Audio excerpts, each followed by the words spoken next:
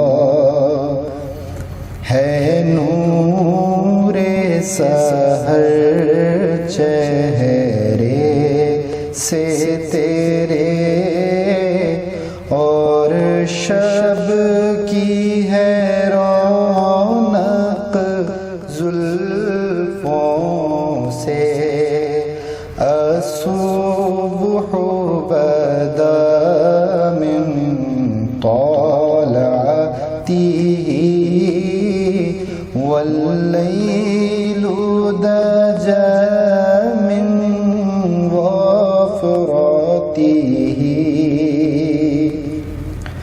كنز الكرام مولى النعم هادي الأمم لشريعته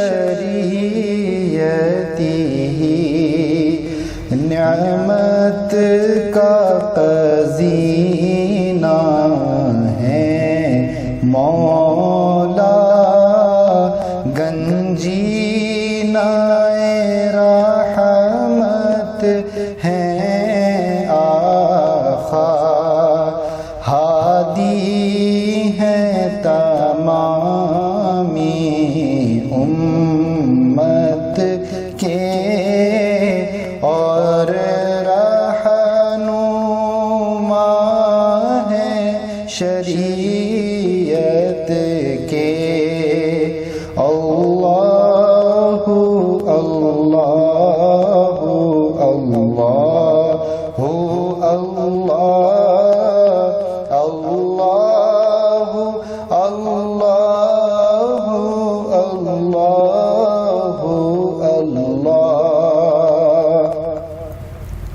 ساعتی شجر نطق الحجر شق القمر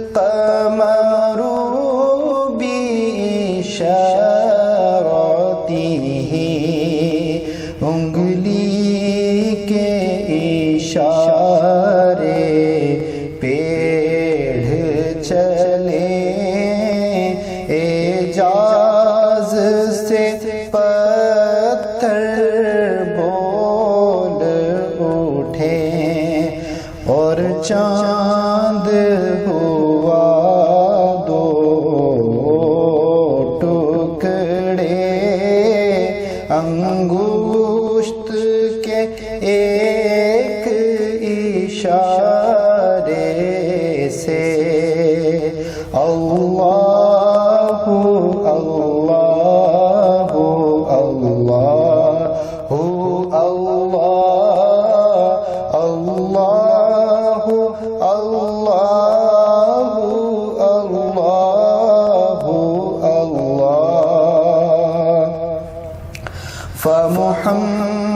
فمحمدنا هو سيدنا فالعز لنا بإجابته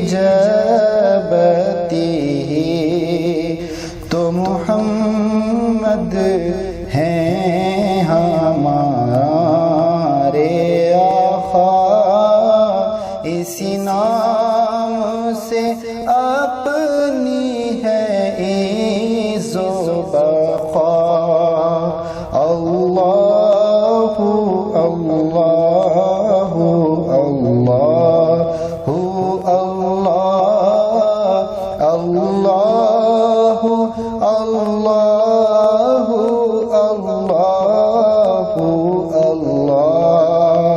الصبح بدا من طلعته والليل دجا من وفرته ہے نور سحر چہرے سے تیرے اور شب کی ہے رونق زلفوں سے.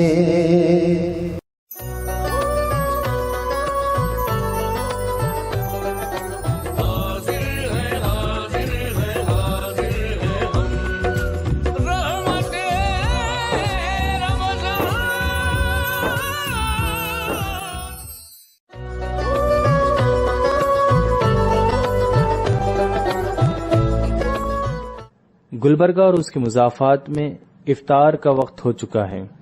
دوسرے مقامی لوگ اپنے مقامی وقت کے اعتبار سے روزہ افطار کریں. روزہ افطار کرنے کی دعا. اللہم انی لک صمت وبک آمنت وعلیک توکلت وعلی رزقک افطرت.